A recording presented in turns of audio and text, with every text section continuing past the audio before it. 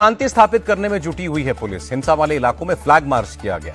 संभल हिंसा पर पुलिस का दावा, भीड़ की तरफ से फायरिंग की गई और पथराव वाली जगह से हथियार मिले। पुलिस ने डराने के लिए हवाई फायरिंग की। मुरादाबाद के कमिश्नर आंजनेय सिंह ने कहा, पूरी प्लानिंग के तहत भीड़ इकट्ठा करके हिंसा भड़काई गई। भीड़ ने चारों तरफ से घेर कर पुलिस को निशाना बनाया। कमिश्नर ने कहा, आरोपी कितना भी रसूखदार हो, कानून के तहत कार्रवाई होकर रहेगी। जामा मस्जिद के सदर जफर अली ने हिंसा के लिए प्रशासन को जिम्मेदार बताया। कहा, मस्जिद में खुदाई और वजू की अफवाह से हिंसा हुई। जफर अली ने आरोप लगाया, पुलिस प्रशासन की गलती हिंसा की वजह बनी। पुलिस ने लोगों को गालियां दी, लाठियां चलाई, जिसके बाद हिंसा भड़की। अपने खिलाफ एफआईआर होने पर भड़के समाजवादी पार्टी के सांसद जियाउर रहमान। कहा, अपनी नाकामी छिपाने के लिए मेरे खिलाफ केस किया। सपा सांसद ने पुलिस और सरकार पर साजिश करने का आरोप लगाया। पुलिस ने हत्या करने में प्राइवेट हथियारों का इस्तेमाल किया। संभल हिंसा के आरोपी सोहेल इकबाल ने खुद को निर्दोष बताया। कहा, मेरे खिलाफ सबूत पेश करके दिखाएं, मैं तो शांति की अपील कर रहा था। जियाउर रहमान वर्ग के समर्थन में उतरे अखिलेश यादव। कहा, हमारे सांसद संभल में थे ही नहीं, इसके बावजूद उन पर एफआईआर कर दी। अखिलेश यादव ने आरोप लगाया कि संभल में योगी सरकार ने दंगा कराया। 4 लोगों की मौत पर हत्या का केस दर्ज होना चाहिए। सपा सांसद रामगोपाल यादव ने संभल हिंसा के लिए प्रशासन को जिम्मेदार बताया। कहा, डीएम एसपी पर चलना चाहिए हत्या का मुकदमा। अखिलेश यादव की अगुवाई में लोकसभा स्पीकर से मिला सपा सांसदों का एक डेलीगेशन। संभल घटना को लेकर आपत्ति जताई। संभल में 3 मृतकों के परिवारों से मिला जमीयत उलमा हिंद का डेलीगेशन। कानूनी मदद देने का भरोसा दिया। संभल में हिंसा के बाद जामा मस्जिद के आसपास पुलिस ने सुरक्षा बढ़ाई। कल मस्जिद के सर्वे के दौरान उपद्रवियों ने पथराव किया था। संभल हिंसा में 4 लोगों की मौत को असदुद्दीन ओवैसी ने बताया मर्डर। कहा, दोषी पुलिसकर्मियों पर सख्त एक्शन हो। राहुल गांधी ने भी 4 लोगों की मौत के लिए सरकार को जिम्मेदार बताया। कहा, योगी सरकार का रवैया पक्षपातपूर्ण है, जल्दबाजी भरा है। यूपी के डिप्टी सीएम ब्रजेश पाठक का बयान। कहा, मामले की जांच जारी है, निष्पक्ष कार्रवाई करेंगे। संभल जाने से रोके जाने पर भड़के चंद्रशेखर आजाद। कहा, यूपी में प्रशासन गुंडागर्दी कर रहा है। केंद्रीय मंत्री गिरिराज सिंह ने कहा, यह गोधरा कांड की तरह विपक्ष की पूर्व नियोजित रणनीति थी। आरजेडी नेता तेजस्वी यादव ने कहा, यूपी में पुलिस के लोगों को गुंडा मवाली बना दिया गया है। संभल मस्जिद विवाद में याचिकाकर्ता महेंद्र ऋषिराज गिरी का दावा। का विक्रम संवत 987 के नक्शे में मंदिर होने के प्रमाण है। संभल में मंदिर तोड़कर ही मस्जिद बनाई गई है। आदित्य ठाकरे को एक बड़ी जिम्मेदारी दी गई। बनाए गए शिवसेना यूबीटी के विधिमंडल के नेता। शिवसेना यूबीटी के चीफ विप बने सुनील प्रभु। भास्कर जाधव को बनाया गया विधायक दल का नेता।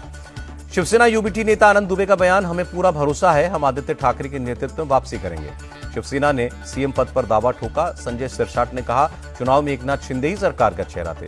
शिवसेना सांसद नरेश म्हास्के ने कहा, बिहार का फॉर्मूला महाराष्ट्र में लागू हो, शिंदे के नेतृत्व में ही लड़ा गया था चुनाव। सीएम पद पर शिवसेना के दावे से बीजेपी नाराज। विनय सहस्त्रबुद्धे ने कहा, दबाव बनाने से कोई फायदा नहीं है, बीजेपी झुकने वाली नहीं है। कांग्रेस नेता विजय वडेट्टीवार ने नाना पटोले के इस्तीफे से इनकार किया। कहा, यह सिर्फ अफवाह है, मायावती की जीत तो ईवीएम की जीत है। राज ठाकरे की पार्टी एमएनएस की मान्यता रद्द कर सकता है चुनाव आयोग। सूत्रों के मुताबिक विधानसभा में एक भी सीट न मिलने पर एक्शन किया हो सकता है। महाराष्ट्र विधानसभा के बाद मुंबई में फिर लगे मुख्यमंत्री योगी के पोस्टर। लिखा, बटेंगे तो कटेंगे, स्ट्राइक रेट 95%। अयोध्या की मिल्कीपुर सीट पर उपचुनाव का रास्ता साफ हो गया है। हाईकोर्ट ने याचिका वापसी की अर्जी मंजूर की। झारखंड बीजेपी अध्यक्ष बाबूलाल मरांडी ने उम्मीद जताई, सरकार भ्रष्टाचार मुक्त शासन देगी।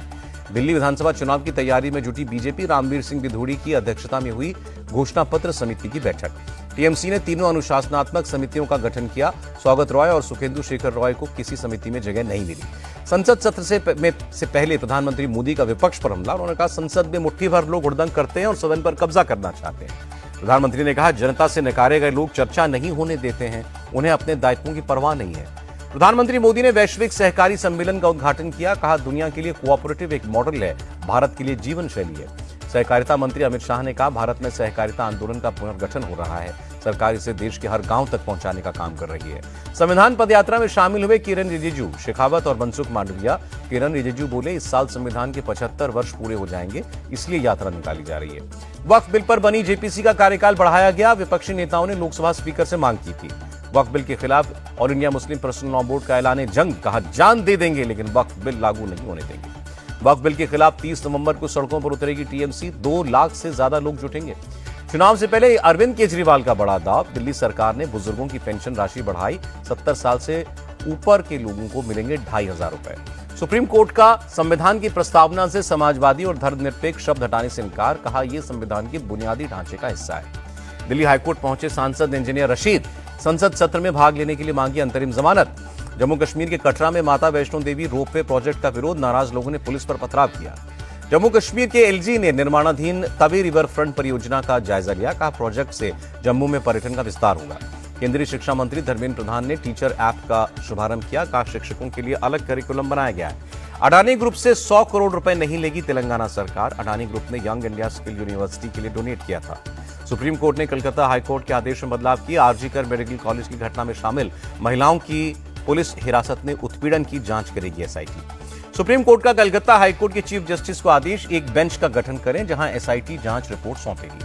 दिल्ली यूनिवर्सिटी स्टूडेंट्स यूनियन चुनाव के नतीजे आए, एनएसयूआई के रौनक खत्री बने प्रेसिडेंट, ज्वाइंट सेक्रेटरी के पद पर 7 साल के बाद एनएसयूआई का कब्जा। एबीवीपी के भानु प्रताप सिंह वाइस प्रेसिडेंट बने, सेक्रेटरी के पद पर भी एबीवीपी के कैंडिडेट विजयी हुए।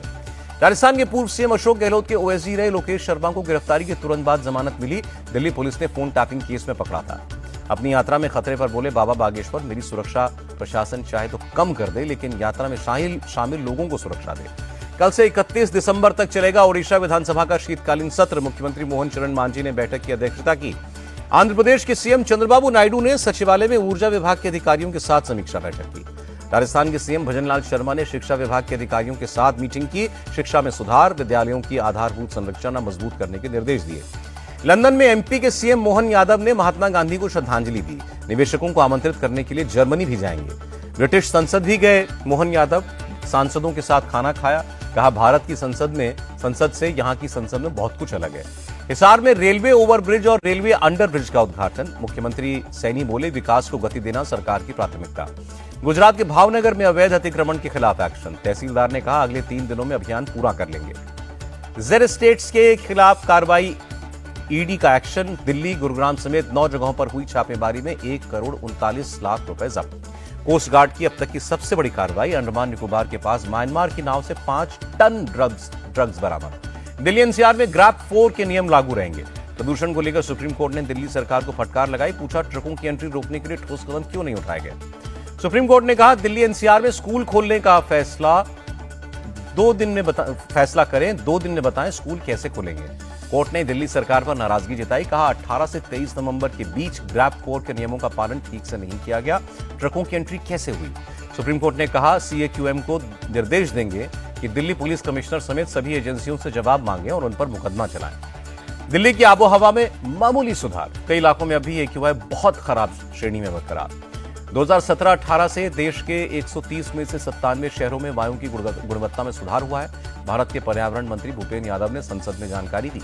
जम्मू कश्मीर के डोडा में बर्फबारी, पर्यटकों के लिए बनी आकर्षण का केंद्र, बर्फ से खेलते नजर आए टूरिस्ट। इटली के रोम में MED मेडिटेरेनियन डायलॉग में भारत के विदेश मंत्री डॉक्टर जयशंकर शामिल हुए।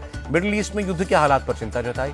विदेश मंत्री बोले भारत मिलिट्री ऑपरेशन, आतंकवाद और युद्ध में बंधक बनाने की निंदा करता है। विदेश मंत्री की सलाह, अंतर्राष्ट्रीय मानवीय कानूनों की अवहेलना नहीं होनी चाहिए, सभी देशों को सीज फायर का समर्थन करना चाहिए। यूएस डॉलर के मुकाबले रुपए का भाव 10 पैसे बढ़ा, $1 की कीमत 84 रुपए 31 पैसे। महाराष्ट्र में महायुति की जीत से शेयर बाजार में रौनक दिखी। सेंसेक्स 1355 अंक ऊपर चढ़कर 80,000 के पार हुआ। निफ्टी 314 की उछाल के साथ 24,000 के पार बंद हुआ।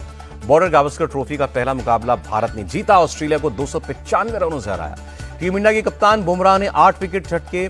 बल्लेबाजी में भारत के लिए दूसरी पारी में जायसवाल और विराट कोहली ने शतक लगाया। आईपीएल ऑक्शन के दूसरे दिन लगा पृथ्वी शॉ, अजिंक्य रहाणे, शार्दुल ठाकुर और न्यूजीलैंड के डेरिल मिचेल को झटका। ऑक्शन में रहे अनसोल्ड और कुणाल पांड्या को आरसीबी ने 5 करोड़ 75 लाख में खरीदा। पंजाब किंग्स ने मार्को यानसन को 7 करोड़ में अपने साथ जोड़ा।